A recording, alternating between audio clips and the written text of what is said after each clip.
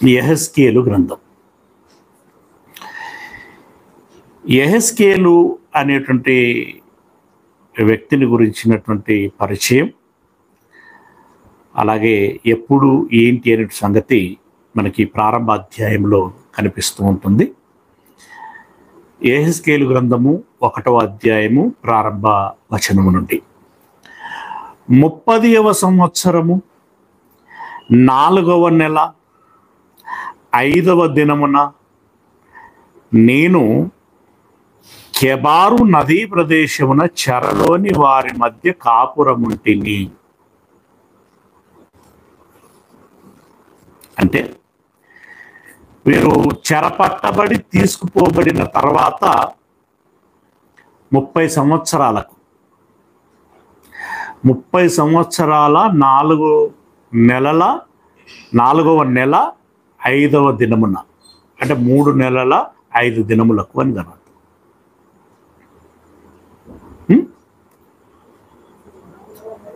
అంతే. సరే, old round figure 30 సంవత్సరాలు అనమాట. ఈ 30 సంవత్సరాలప్పుడు యెహెజ్కేలు అనేటువంటి వ్యక్తి ఆ జనాల మధ్యలో ఉన్నాడు. ఎక్కడ ఉన్నాడు అంటే కెబారు నదీ ప్రదేశమున. మరి ప్రస్తుతము అక్యురేట్గా ఈ నది పేరు అదేనా, ఒకవేళ అదే అయితే అది ఎక్కడుంది అనేటువంటిది ఒకసారి దాని గురించి దృష్టి సారించాల్సి ఉంటుంది. మొత్తానికి వీరు ఏ దేశంలోకైతే చెరపట్టబడి తీసుకుపోబడ్డారో ఆ దేశంలో ఈ కెబారు నది అనేటువంటిది ఒకటి ఉందన్నమాట. ఆ రోజుల్లో ఆ పేరుతో అది పిలువబడింది. ఆ నదీ ప్రదేశమున ఉన్నాడు. ఆ కాలమున ఆకాశము తెరవబడగా దేవుని గూర్చిన దర్శనములు నాకు కలిగెను. ఆ 30 సంవత్సరాల దాకా, ఇప్పుడు ఇర్మియా తర్వాత 30 సంవత్సరాల దాకా చెప్పుకోదగినటువంటి ప్రవక్త లేడు, లేదా దైవజనుడు లేడు. దేవుని యొక్క దర్శనము అసలు ఏంటి? ఇప్పుడు 30 సంవత్సరాలు గడుస్తున్నది. ముందు నుయ్యి వెనకపోయి పోలేము, రాలేము, కష్టాలు అనుభవిస్తున్నాం. ఇప్పుడు మన గోడు ఎవరికి విన్నపించుకోవాలి? చెప్పుకోవడానికి ఎవరు లేరు, వినేటోరు లేరు. మనకు సరే నేను ఉన్నానులే అని చెప్పేసి ధైర్యం చెప్పేవారు లేరు. ఇలాంటి పరిస్థితుల్లో వాళ్ళు ఉన్నారు. ఆ టైంలో దేవుడు యెహెజ్కేలు గారికి దర్శనమిచ్చారు. యెహోయాకీను చెరపట్టబడిన 5వ సంవత్సరము ఆ నెలలో 5వ దినమున కల్దీల దేశమందున్న కెబారు నదీ ప్రదేశమున యెహోవాకు బూజీ కుమారుడును యాజకుడునగు యెహెజ్కేలునకు ప్రత్యక్షము కాగా అక్కడనే యెహోవా హస్తము అతని మీదికి వచ్చెను. చిన్న కరెక్షన్ అండి. అంటే పై వచనాన్ని బట్టి అలా వివరణ వచ్చింది, కానీ కరెక్షన్ ఏంటంటే ఇక్కడ ఇదే యెహెజ్కేలు గారు చెప్తున్నారు. ఇప్పుడు మొదటి వచనంలోనేమో 30వ సంవత్సరం 4వ నెల 5వ దినమున నాకు కెబారు నదీ ప్రదేశంలో దేవుని దర్శనం వచ్చింది అని అన్నాడు. కానీ వెంటనే 2వ వచనంలో ఏమన్నాడంటే యెహోయాకీను చెరపట్టబడిన 5వ సంవత్సరం. యెహోయాకీను చెరపట్టబడినటువంటి 5వ సంవత్సరం ఉన్నారంటే యెహోయాకీను తర్వాత ఈ సిద్కియా గారు 9 సంవత్సరాలు 11 సంవత్సరాల్లో పరిపాలన చేశారు. 11 సంవత్సరాలు అంటే ఇప్పుడు సిద్కియా గారి కాలాంతము వరకు ఇర్మియా గారు ఉన్నారు. ఆ తదుపరి కూడా ఉన్నారు ఇంక ఇర్మియా. అంటే ఇర్మియా ప్రవక్తగా కొనసాగుచుండగానే యెహెజ్కేలును దేవుడు ప్రవక్తగా లేపుతున్నాడు. ఇది ఇక్కడ మనం గమనించాల్సిన విషయం. యెహోయాకీను గారి పరిపాలన యెహోయాకీను చెరపట్టబడిన 5వ సంవత్సరమున ఈ యెహెజ్కేలు గారికి దర్శనం వచ్చింది. అంటే మరి ఇప్పుడు వీరు చెరపట్టబడిన తర్వాత 30వ సంవత్సరం అన్న మాట ఏంటి అనంటే, ముందు వీరు దఫాలుగా చెరపట్టబడ్డారు. ముఖ్యంగా 3 సందర్భాలు మనకు బలంగా కనబడతాయి. అవునా? అలా ఇప్పుడు యెహోయాకీము అధికారంలో ఉన్నప్పుడు వాళ్ళు వచ్చారు, కొంతమందిని తీసుకెళ్లారు, యెహోయాకీనును పెట్టారు. యెహోయాకీను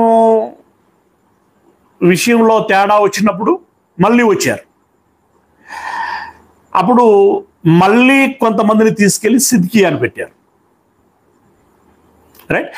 సిద్కియాను పెట్టిన తర్వాత 11 సంవత్సరాలకు సిద్కియా ఎదురు తిరిగాడు.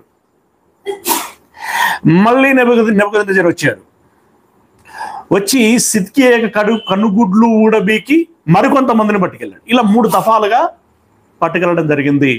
ఇక ఆ తర్వాత కొంతమంది తరలించబడి ఉంటారు, కానీ ఇక అది అల్ప సంఖ్య, పెద్దగా పరిగణలోనికి రానటువంటి సంఖ్య.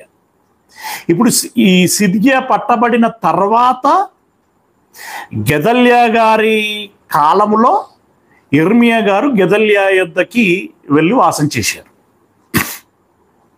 ఇప్పుడు యెహోయాకీము గారి కాలంలో చెరపట్టబడిన తర్వాత యెహోయాకీను గారు చెరపట్టబడిన 5వ సంవత్సరమున అని అన్నప్పుడు ఈ వ్యవధిలో 30 సంవత్సరాలు గడిచిపోయాయి. ఒకసారి దీన్ని మనం కన్ఫర్మ్ చేసుకుందాం. మనం ఇదివరకు కూడా ఈ యూదుల చివరి రాజుల ప్రస్తావన చేసుకున్నాం. హోషియా లేదా ఏషియా, ఈయన 16వ రాజు యూదులకి. ఇతడు 31 సంవత్సరాలు పరిపాలన చేశారు.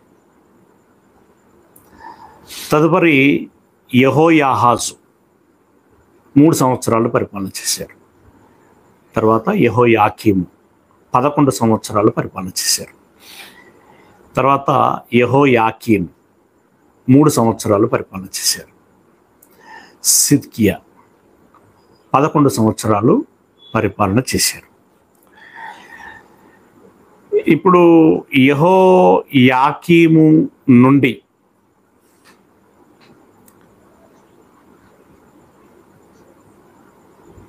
మనము ఆలోచన చేసినప్పుడు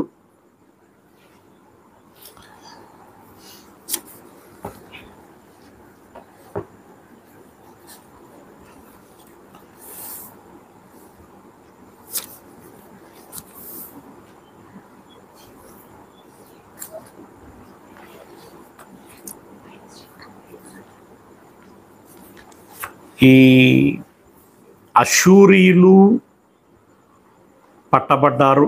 ఆ అషూరుల చేత ఇశ్రాయేలీలు పట్టబడ్డారు. బబులోనీయుల చేత ఇశ్రాయేలీలు మరియు యూదులు పట్టబడ్డారు. ఇప్పుడు ఈ ప్రస్తావనలో చెరపట్టబడిన 30వ సంవత్సరము అనేటువంటి మాట ప్రాముఖ్యమవుతున్నది. దీన్ని మనసులో పెట్టుకొని ఏ వచనానికి ఆ వచనం మనం విడివిడిగా గమనించేటువంటి ప్రయత్నం చేసినట్టయితే మళ్ళీ మొదటి వచనం చదువుకుందాం. 30వ సంవత్సరము 4వ నెల 5వ దినమున నేను కెబారు నదీ ప్రదేశమున చెరలోని వారి మధ్య కాపురము ఉంటిని.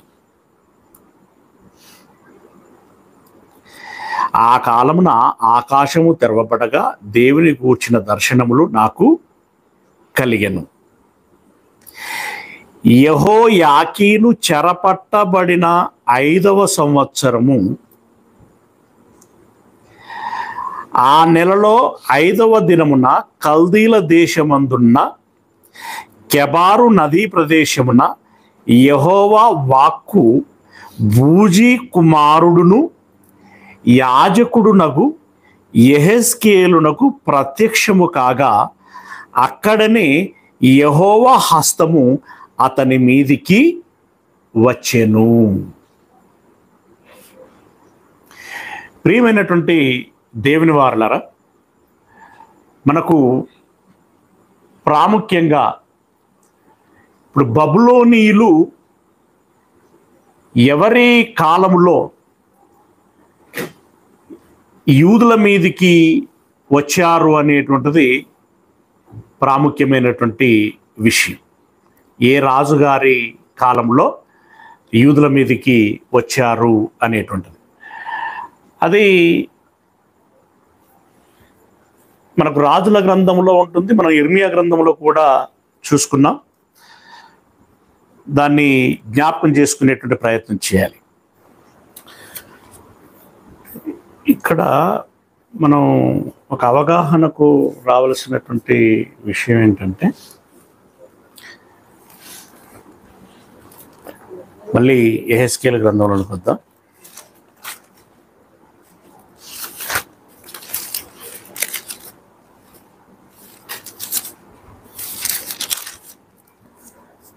ప్రారంభ అధ్యాయం ప్రారంభ వచనంలో ఇప్పుడు మనకు దానియేలు గ్రంథంలో ఏమన్నారు అనంటే, ఈ యెహోయాకీము పట్టబడినటువంటి యెహోయాకీము అధికారంలోనికి వచ్చిన 3వ సంవత్సరమున అని చెప్పి ఈ దానియేలు గ్రంథంలో ప్రస్తావన చేశారు. ప్రారంభ వచనంలో యెహోయాకీము ఏలుబడిలో 3వ సంవత్సరం. ఇక్కడ ఇతడు పరిపాలించింది 11 సంవత్సరాలు అన్నప్పుడు ఇతడు పట్టబడిన తర్వాత ఇంక 8 సంవత్సరాలు మిగిలింది అని దాని అర్థం. అవునా?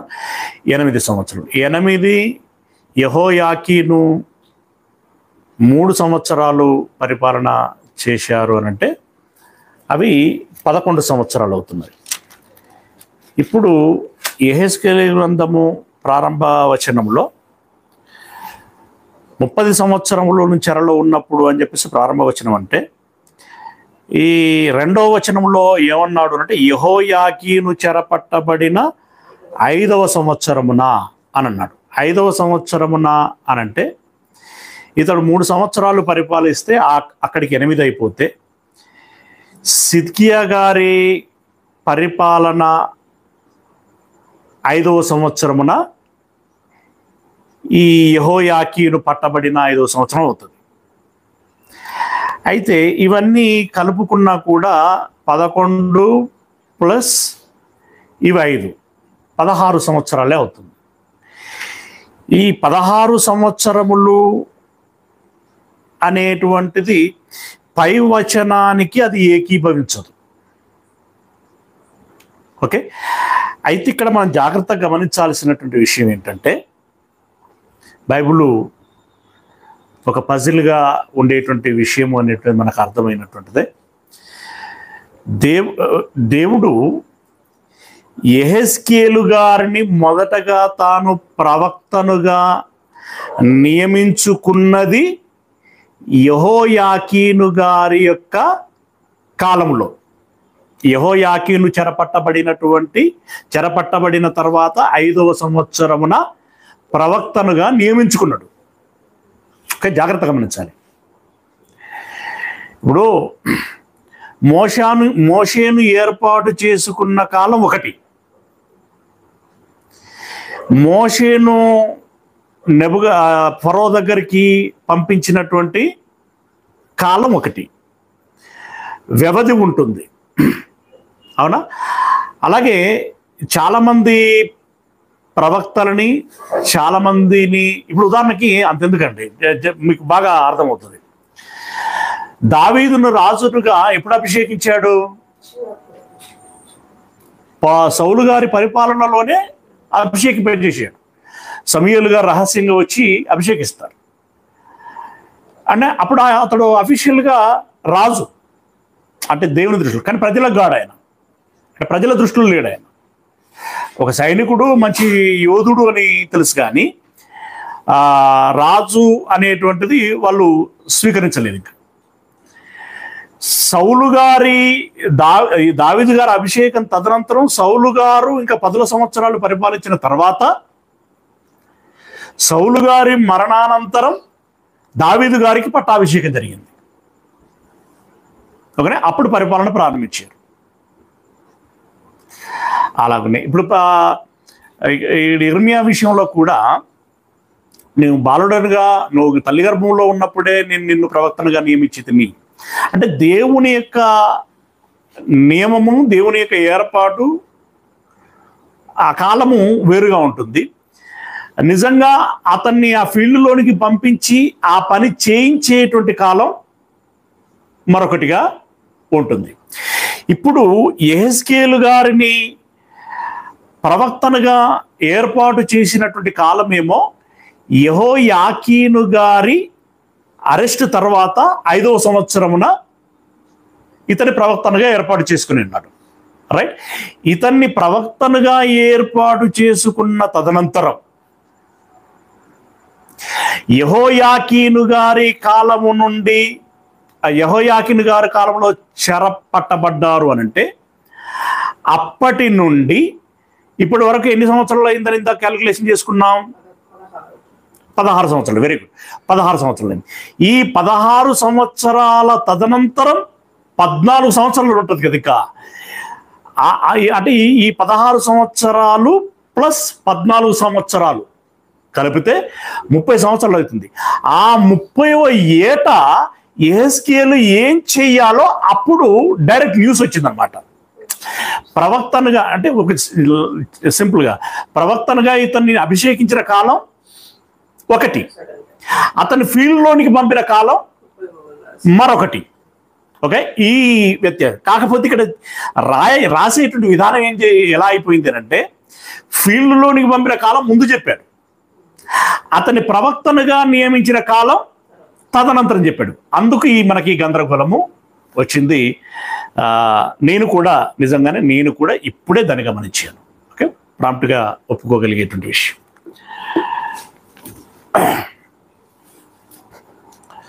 దీన్ని దృష్టిలో పెట్టుకుని మళ్ళీ చదువుదాం, ఎందుకంటే కన్ఫ్యూజన్ వద్దు. మళ్ళీ చదువుకుందాం. 1వ అధ్యాయము 1వ వచనం నుండి. 30వ సంవత్సరము 4వ నెల 5వ దినమున నేను కెబారు నదీ ప్రదేశమున చెరలోని వారి మధ్య కాపురము ఉంటిని. ఆ కాలమున ఆకాశము తెరవబడగా దేవుని గూర్చిన దర్శనములు నాకు కలిగెను. ఆ కాలంలో దర్శనాలు కలిగాయి. ఓకే, యెహోయాకీను చెరపట్టబడిన 5వ సంవత్సరము ఆ నెలలో 5వ దినమున కల్దీల దేశమందున్న కెబారు నదీ ప్రదేశమున యెహోవా వాక్కు బూజీ కుమారుడును యాజకుడునగు యెహెజ్కేలునకు ప్రత్యక్షము కాగా అక్కడనే యెహోవా హస్తము అతని మీదికి వచ్చెను. యెహోవా హస్తం అతని మీదకి రావటం అంటే హస్తం తల మీద పెట్టబడటం అనేటువంటిది అభిషేకానికి గుర్తు. ఓకేనా, ఇది మీరు మనసులో పెట్టుకోండి. It's okay. కొంచెం ఈరోజు టైము కొంచెం కాలయాపన అయింది. మనం ఈ వచనం ఆ వచనం ఆ అధ్యాయం ఈ అధ్యాయం అని చూడటం అనేటువంటిది కొంత ల్యాగ్ అయింది. సరే, ఏదేమైనా ఒక విషయాన్ని మనం అర్థం చేసుకోగలిగేటువంటి అవకాశం మనకు దక్కింది, అర్థం చేసుకున్నాం.